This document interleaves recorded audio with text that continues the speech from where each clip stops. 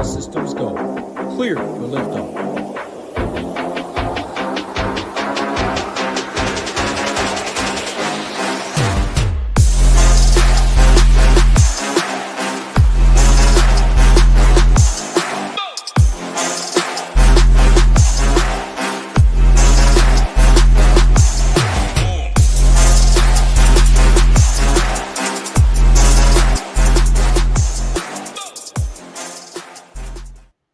Welcome on in, golf fans. It's your boy, GS Luke, here with our Round 3 live stream for the Pebble Beach Pro-Am. Going to get you ready for all your showdown lineups tomorrow. With first off, a look at the weather forecast, some of the shots gained metrics from today, how you can use the stone to go out there and build a player pool, and we'll put it all together with a little bit of lineup construction. Any players you want to deep dive on, feel free to go ahead and let me know down in chat, whether it's a shots gained breakdown, ownership, whatever the case may be. I'll touch on all of that for you, as well as any process-based questions, which I've got to say I'm partial for. I'm definitely more of a process-based tout than anything, but whatever you guys have got, go ahead and let me know. Other than that, hopefully it's a fantastic Friday for everyone out there, and we can get after it out here for our weekend action. So in terms of the golf courses, they played a lot closer in round number 2 than what you saw for round number 1. So it's still slightly favored Pebble Beach, where it played just under 2 strokes under par, but Spyglass was only 0.2 strokes behind. So if you were somebody that tried to get your guys on Spyglass for round number 2,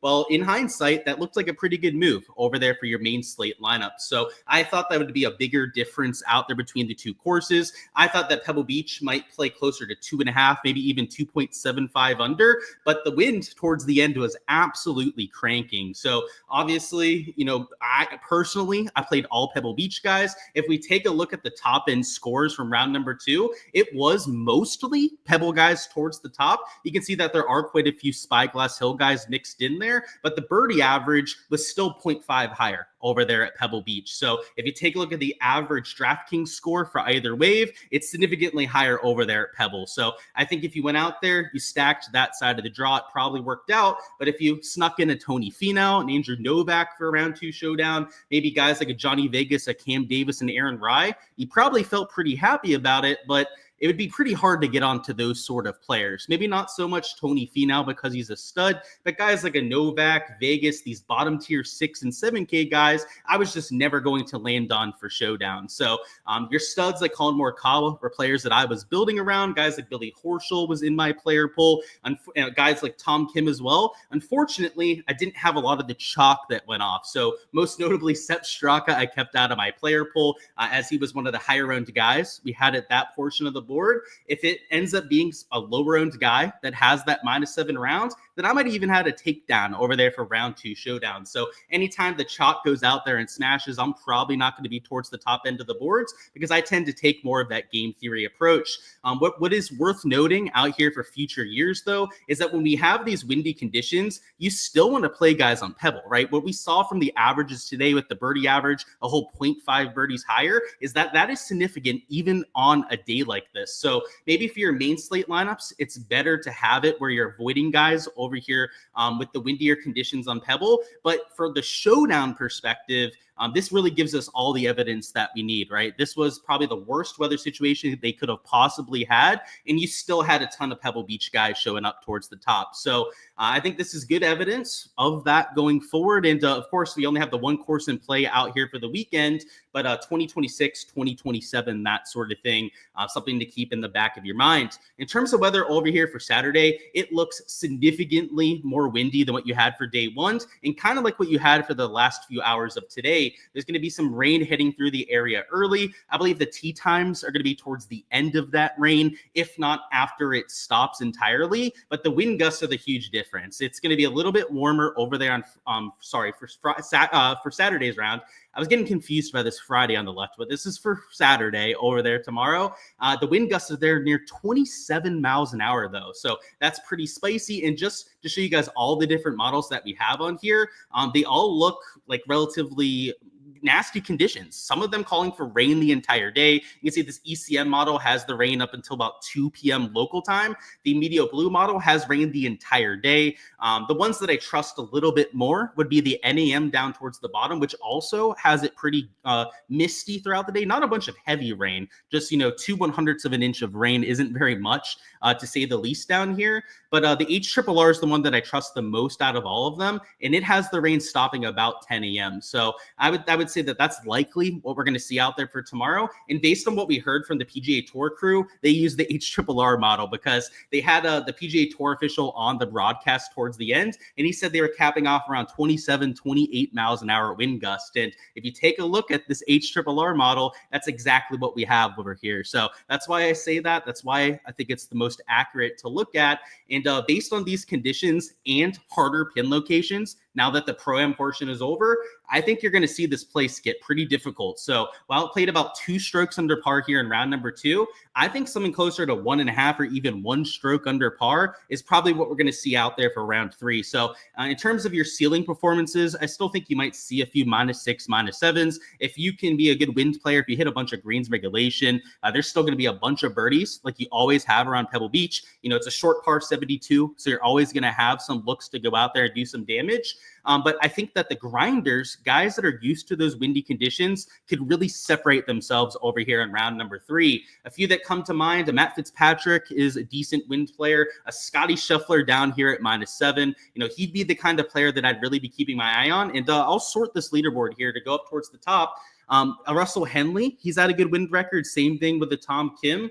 Those grinders that are kind of known for being mutters, Shane Lowry, I know he's not towards the top, but those sort of guys, I guess T13, he's lurking there at -8.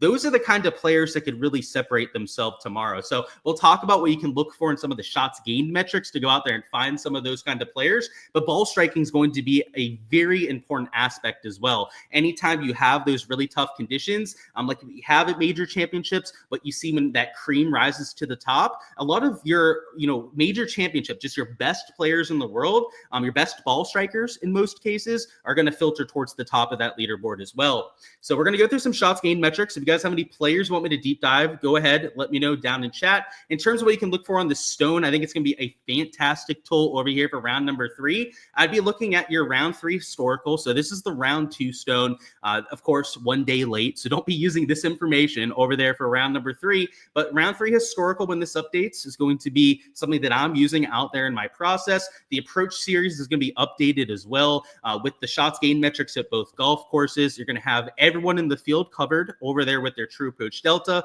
Once again, we're looking for a very positive number over here in the true approach delta category for them to be a play over there for tomorrow. And then you can look at some of the putting stuff as well, like your true putt delta, true putting, all of that. Really, I think the round 3 historical is what I'm going to focus on, and then some of that true approach delta, because with those tough conditions, moving day guys, those are always good to go after, but you want guys that can hit their irons well and that you can count on out there for round number 3 if conditions are going to be as tough as what they're calling for. So that's how I'd use the stone out there to my advantage. But because we don't have that, I can't give you guys the stone for free over here on the live stream. Wouldn't be right to all the subscribers over there. We're going to take more of a traditional look at the shots gained metrics. We're going to go through how people played over there in round number 2 and what we can learn heading into tomorrow. Let's see. Let's catch up on chat. What's going on, Mark? Wind picked up midway through and saved your fades. Absolutely. That's kind of the idea, right? I know you're part of my Patreon page, so you had some of those in there. That's why we took late starters, right? Guys that were towards the last 2-3 groups. That was the idea. So glad it worked out for you, right? Going on, Ross? Should have known Sepp Straka is the new Scotty Scheffler. They got the same initials. Damn, I didn't think about that. Didn't notice that. But he's playing like it this week. He did say in his interview, though, I want to point this out, guys, that him having 2 good putting days in a row is extremely rare. And he was able to accomplish that over there for Thursday and Friday. So even he knows that he's skating on thin ice. So, yeah, we can call him SS, though. I'll call him good old Scotty Scheffler until he proves us otherwise. What's going on, Philly? Hey, Luke, let's crush it again tomorrow. Absolutely. Thank you for the underdog winner. Yeah, another guy that was a part of my Patreon. I appreciate that, Philly. And we'll try and run it back later with the prop and betting stream. But yeah, any players you guys want to deep dive, just let me know. But let's go through this. So Sepp Straka's at the top end of the board. And if we sort this by approach play, he's also at the top end of the board. So he's playing unbelievable golf. Last time out, he cashed me an outright at 60-1. So I can't complain about the guy. But at some point, he is going to come back down to earth. The putter wasn't scorching hot in round number 2. I guess he putted a little bit worse than he thought. He said in his interview that he putted really well. So kind of surprising to see that he was slightly into the negative right there. The ball striking stats were flawless over there in round number 2. So he's the kind of player that I could see using as some ownership tomorrow. But because he's done it 2 days in a row, I'm probably going to steer clear. So I'm not going to be using him in showdown lineups just for full transparency, partly because he is that 36-hole leader. He's going to be dealing with the pressure of leading heading into Saturday. And at some point, regression is going to bite him. He's playing way above his head, whether it's off the tee, on approach, or there around the green. And I think at some point, he's going to have a down day tee to green. And when that happens, you know, it might still be like an even par, -1, -2 rounds, but he's not going to shoot another 65 if he doesn't have his best stuff. So he's the kind of player that I'm likely avoiding in lineups, even though the shots gained metrics, the tee to green stats, I mean, look at this, right? He gained over 5 strokes, shots gained tee to green, round number 2.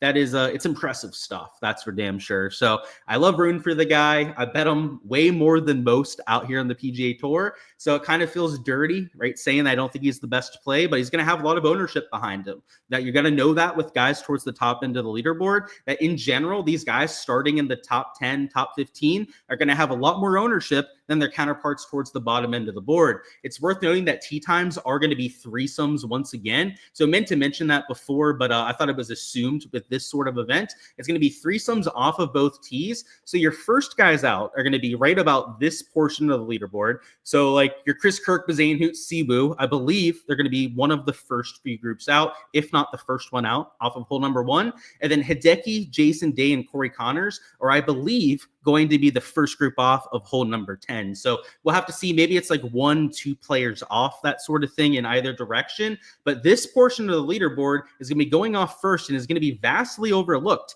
And while they don't have quite as good a form as the guys up top, you know, the shots gained tee to green in general, the shots gained in general are going to look better for these guys on the top 10.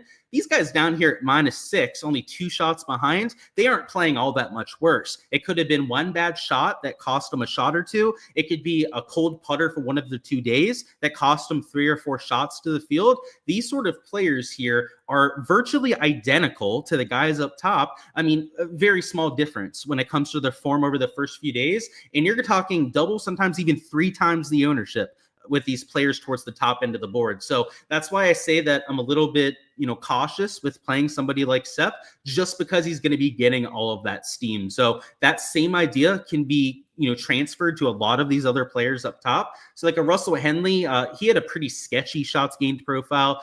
So he'd probably be a fade even if he wasn't super high owned. But for example, like a Cam Davis played well. You know, I'd love to play him in a vacuum, but he's going to get some ownership because he's starting there at T2. Tom Kim had a really good day off the tee. I'd love to play him, especially as one of my outrights this week that I took in my exposure. But he's going to be extremely highly owned over there for showdown tomorrow. And I'd rather try and find some guys that, you know, a little bit further down the board that are going to be half, especially if they're a third of the ownership of some of the other guys up top. So the best way to do that is just to kind of look at the, whether it's shots gained, ball striking, or the approach category itself, and try and find some guys that are a little bit further down the board. So a Billy Ho, I don't know if he's really going to back that up, but he did play really well in approach. But a Sam Stevens, he played well last week at Torrey Pines, and now he's continuing it this week. Now, he gained off the tee, gained on approach. That's great, but he lost in the 2 short game categories. It's kind of hard to think that he's going to continue that going forward, especially because he's such a world-class player. Another guy we could say this about, off the tee, Cantlay maybe not as strong as a Sam Stevens, but he gained 2.6 strokes on approach today. Lost around the green, lost 1.6 strokes with the putter. And if anything, on this West Coast POA, Cantlay is one of the best players that we have in this field. So, you know, a can't lay, he's still going to get some ownership because he's -8 towards the top end of the board. But like a Sam Stevens, who is likely going to be at the top end of the 6K range, maybe bottom end of the 7K range when it comes to his price tag, and is also going to be, I would imagine, like 7 to 10% owned, maybe a little bit over that now that I'm pointing him out here in the live stream. But because of the shots gained profile, I would argue that he's a really good play for Showdown. He's the kind of guy who's not going to be getting all that steam. And if he continues to hit the ball like he hasn't, let's take a look at round one, which I'm not quite sure, but it looked to the first day. So he did lose on approach, but did his thing off the tee. But look at this, right? He gained 2 strokes putting. He's shown us on this same exact kind of surface, which, by the way, what did he play in round one? Was that when he was at Pebble? Yeah, round one is when he was at Pebble Beach. So he's going back to those greens where he gained 2 strokes in round number 1. So, he figured out a swing in round 2. It's good to see that the approach play flipped from about a stroke negative to about 2 strokes into the positive. But if he can get back to that putting that we saw from day number 1, he would just be a fantastic play. So those are the kind of things that I'm looking for in the shots gained metrics. They're not the end all be all. Of course, Sepp Straka, he didn't have the best approach numbers after round number 1. Goes out there and kills it in round 2. But in general, approach stats, off the tee stats are the most consistent thing that we have from round to round. So if you can find guys that popped on both days, they're going to be especially good plays. Just to go through the top end of the ball striking board a little bit more.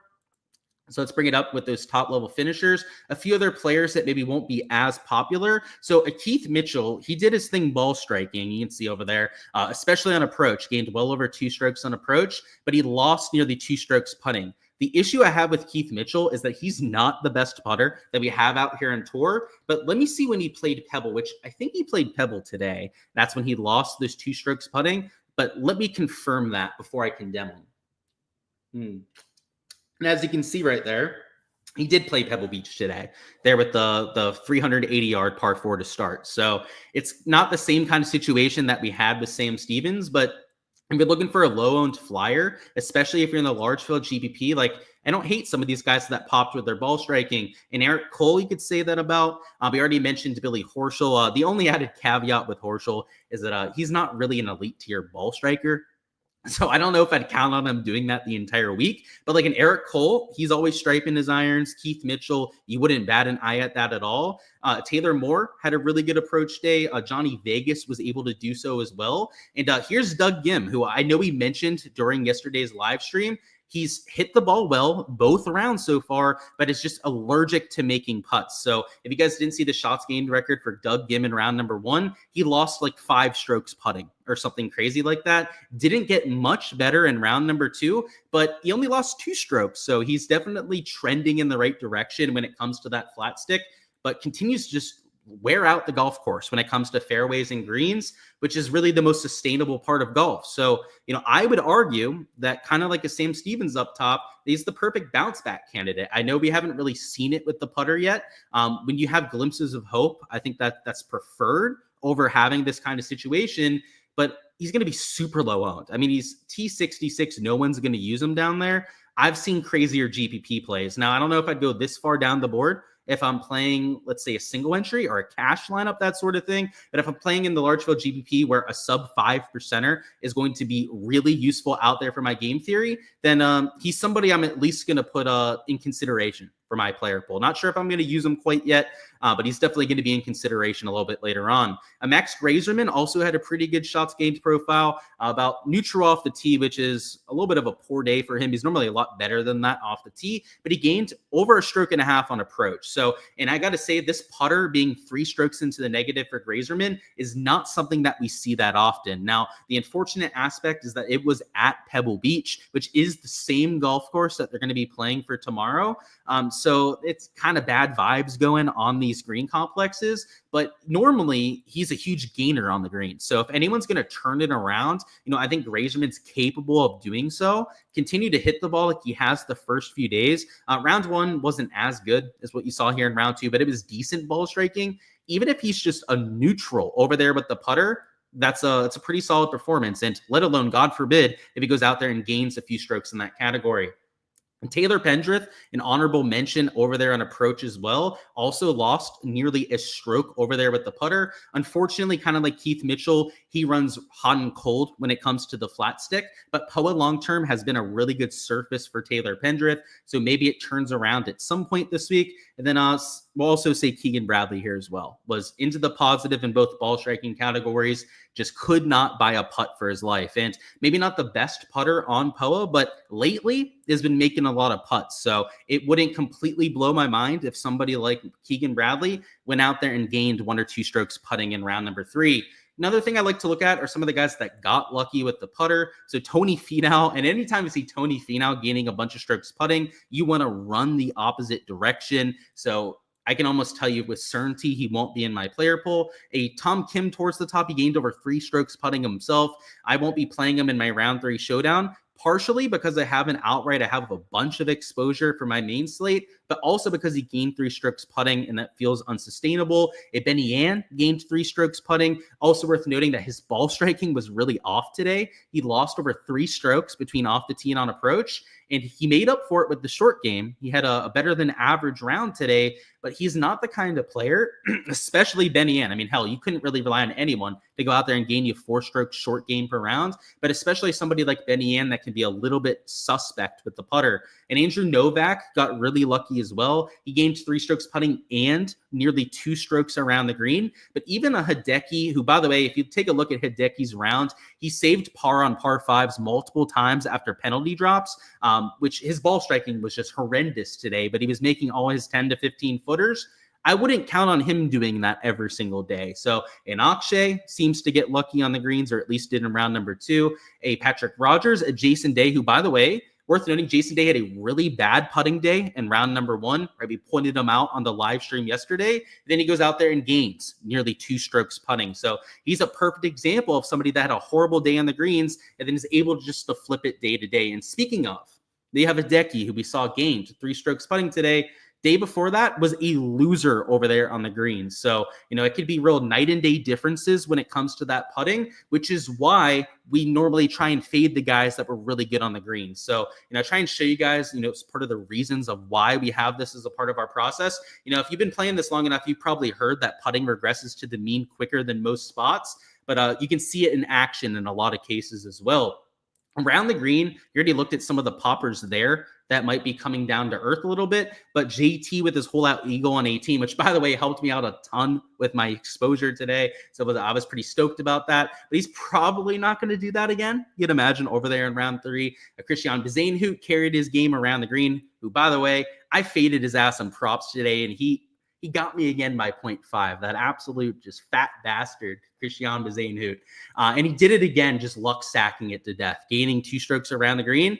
That's probably not going to happen again. So we'll have to see if I go back to the ball a 3rd time in a row on a Bezain fade. But these sort of players, just like the guys who got lucky with the putter, are very likely not going to have that same kind of success again. And if they do, tip of the cap to them, right? I got my hat backwards, or else I'll be tipping my cap, because that's not going to happen very often for these players. So hopefully it gives you guys an idea of how I use the shots gained metrics to my advantage. You can take a look at the entire event as well. I think that's a good way to get a little test. I like looking at round 2 a little bit more than the full event stuff, but if you want to go through some of these shots gained metrics and do a lot of what we just talked about for the entire event, not just out there for Friday, I think that's a pretty good idea as well. So let me see if there's anyone that we need to do a deep dive on. If not, we're going to go through some lineup construction.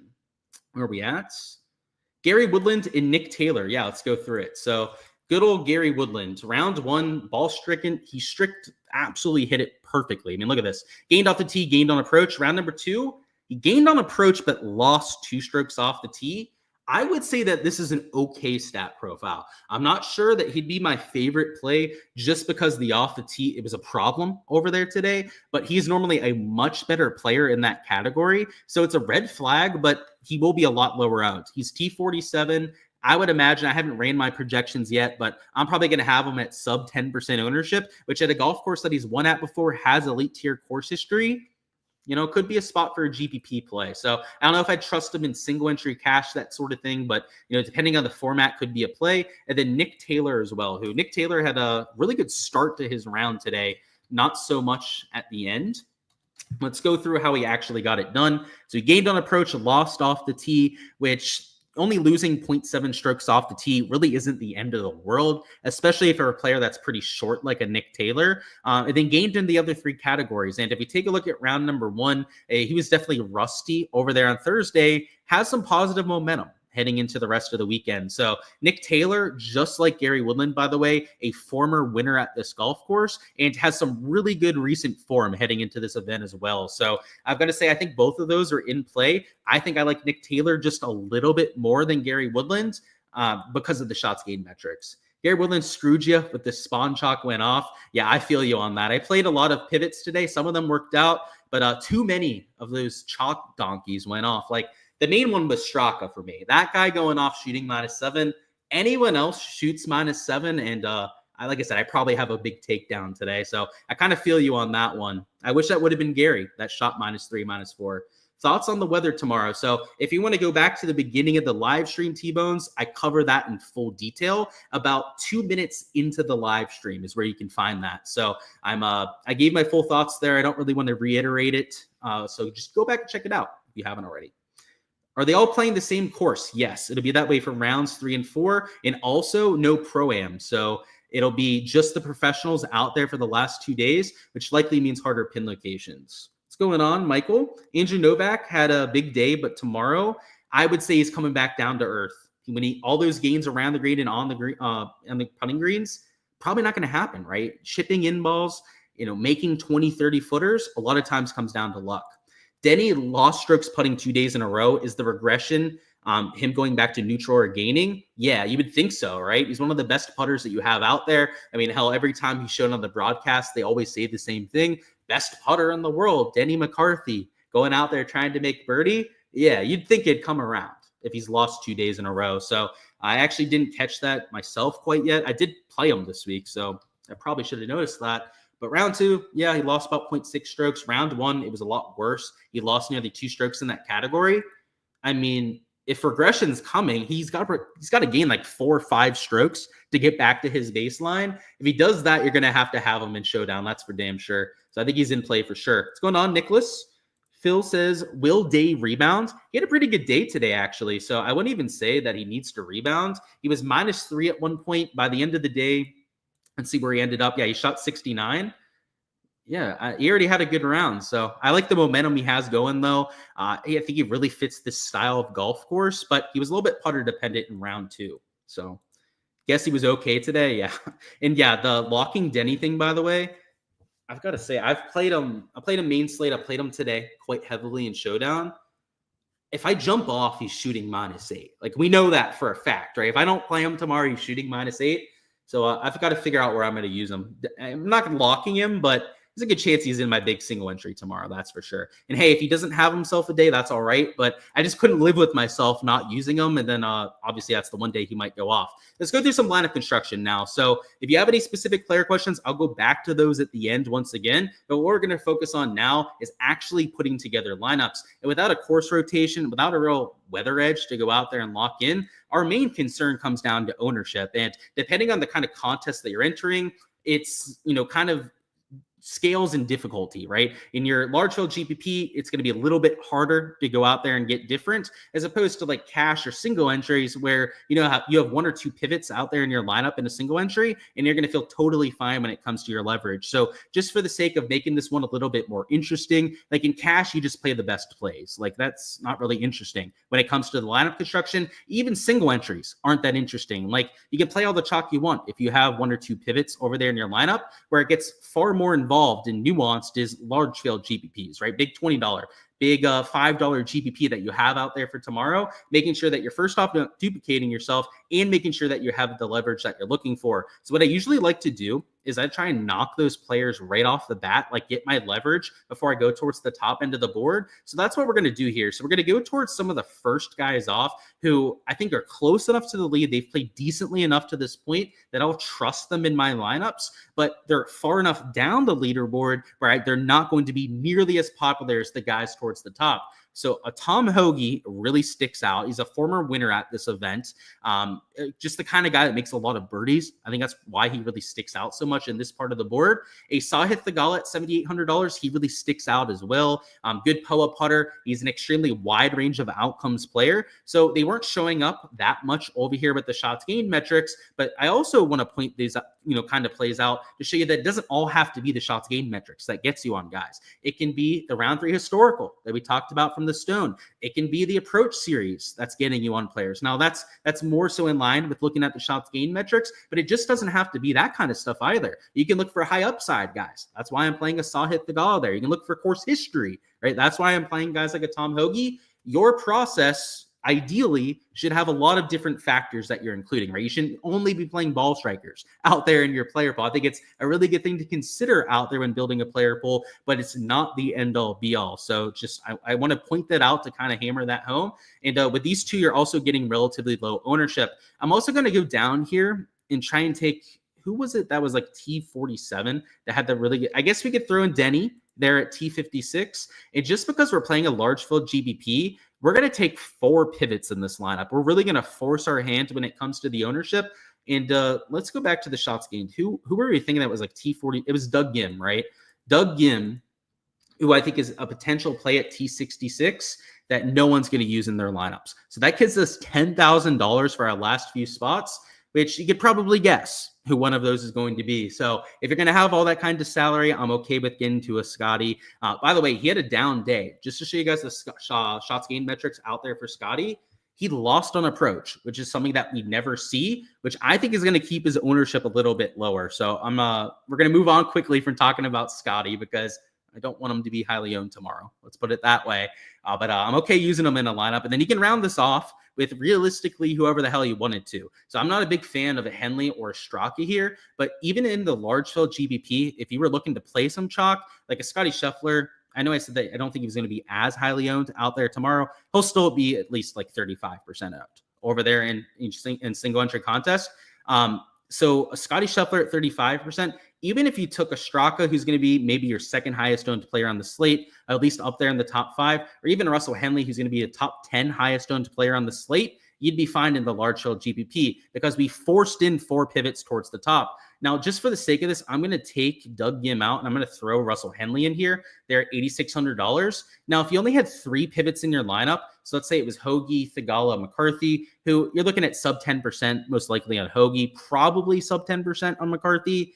Theegala is probably going to be in that 10, maybe even 15% range. Your last minute in the large field GPP, if you're going to pivot off of a Doug Gim right there, you might have to think about ownership down here. So somebody like a Justin Rose, who's going to be a little bit more popular than their peers, you might want to think twice about using as the last man in if you're a little bit chalkier with your other spots in your lineup. So it's all about, just balancing ownership throughout your entire lineup. If you're going to have an extra piece of chalk that you're mixing in, well, you need to offset that at some point. And I think really the rule of thumb to live by out there in large field GPPs is I want at least 3 pivots, if not 4.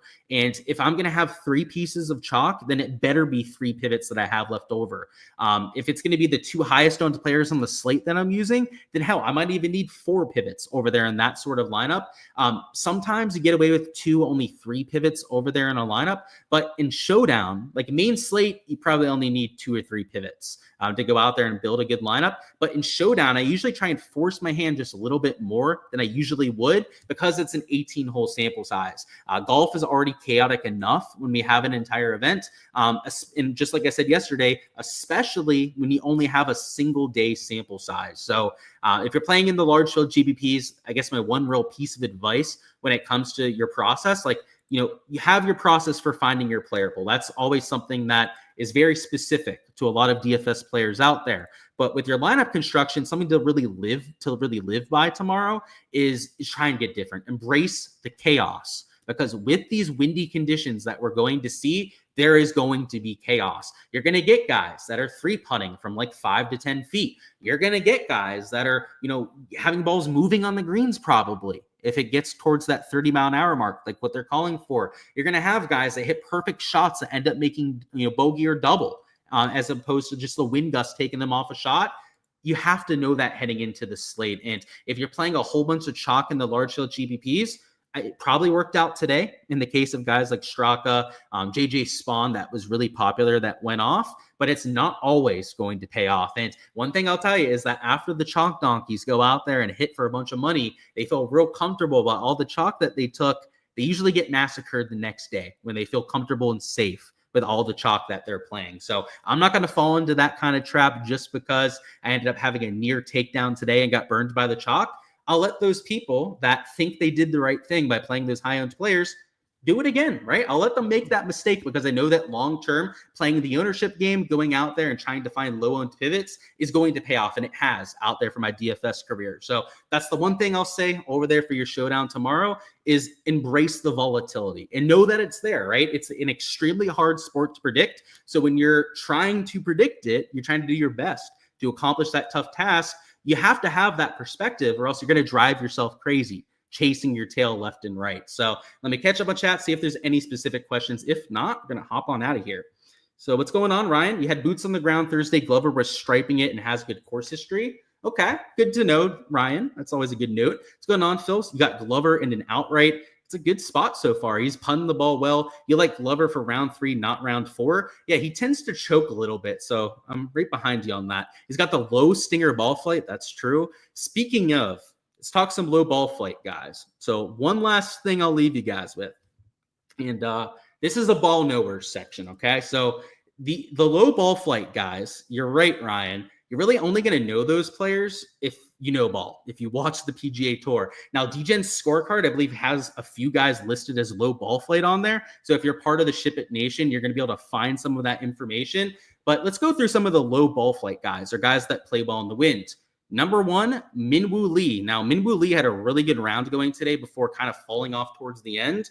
But let's bring up Minwoo Lee here. So he's here in the middle. Didn't have the best round 2, but he's got that stinger off the tee. Luckily enough, Tommy Fleetwood, another player that has that low ball flight off the tee. Speaking of another one, Gary Woodland has that low ball flight off the tee. Another one, Tom Hoagie has that low ball flight off the tee. Want to know another one? Nick Taylor has the low ball flight off the tee. And by the way, what's the thing that is the same with the last 3 players you just talked about?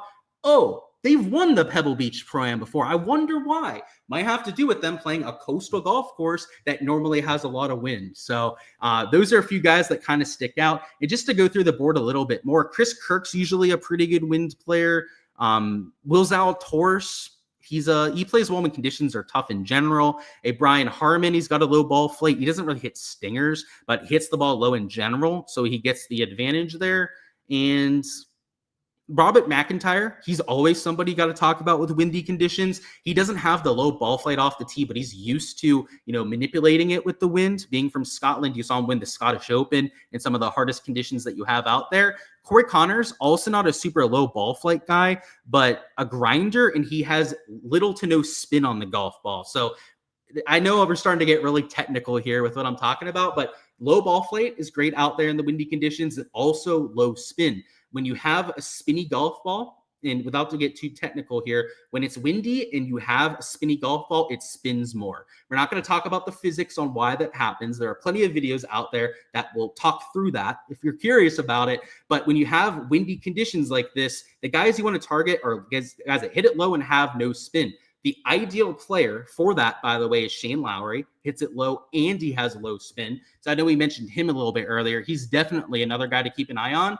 But another one that's kind of known for that is Joaquin Niemann. And if you've been playing PGA DFS long enough, I guess it's LukeDFS now over there with Joaquin Niemann these days. But back in the day, you always played Joaquin Niemann when you had conditions like this because he always hits it low to begin with. And he's got an ability to hit zero spin golf balls. He hits the ball so hard, so low, by the way, that he only carries his driver about 290 to 300 yards, and it'll scamper out 350, 360 yards if you have firm conditions. That's the kind of player that you're looking for. The kind of guys that you don't want, and we're not really going to name any names here. You can look at some of these players, is you don't want guys that hit the ball really high. So I know the first few rounds I was looking for that because of the firm conditions, but now that it's going to be windy, it's also going to be softer tomorrow. They're getting all that overnight rain. You don't really want guys that hit the ball high because if they hit the ball high it's going to get completely destroyed by that wind. And with soft conditions, you don't really get the advantage that you got for the first few days. When they were a little bit firmer for Thursday and then for today, if you hit the ball high, you could hit a front pin location and hit it to like 5-10 feet. If it's soft, even the low ball hitters are going to be able to hit it close. So that's why I think that those high ball hitters are at a disadvantage. All right, that's all of it for the wind stuff. I just wanted to give you guys, I'm a huge golf nerd, as you guys can tell. And talking about wind players is maybe my favorite thing to do. What's going on, Phil? Dietrich, and what about Sibu in the wind? Dietrich, I don't know about, frankly. I just haven't seen him enough to know how he plays in the wind. Sibu is not the kind of guy I want in the wind. He's got a good short game, but he's the kind of player that has a really bad headspace. And I think half of playing in the wind isn't even physical. The low ball flight, the low spin stuff helps for sure, but it's mental, right? Going out there, you know that you're going to make mistakes. It's kind of like in DFS. Like if you go out there and you get burned by the chalk going off, a soft-minded individual might go out there and play the chalk the next day, right? Just like these tour players, they know they're going to go out there and make bogeys. They know there's going to be slates. They don't go out there and smash on. If they're going to adjust their process and adjust how aggressive they are because they go out there and make one bogey, well, that's a mistake that those players are going to be making. So, that's the issue with Siwoo, is that he doesn't have the mental side, in my opinion. Yeah, Shane's a good one, and it is a good day to wear 2 gloves. That's another one, by the way. Aaron two glove Rye. I shouldn't try to say the nickname. If I can't say it, he's another one that's really good in those windy conditions. That's all I've got, though, guys. Appreciate you stopping by the live stream. Smash that like button for the SHIPIT guys if you guys haven't already. Also, subscribe to the channel so you don't miss our live stream out there for round 4. And for all the prop and betting content over there for tomorrow, make sure to check out my YouTube channel, LukeDFS, for that content a little bit later on this evening. Be going through the underdog board, prize picks, some matchups over there on sites like DraftKings, FanDuel, that sort of thing. So if you're a bettor on top of what we have here for DFS, make sure to check that out. But that's all I've got, guys. Appreciate you stopping by, and let's ship it over there for round 3.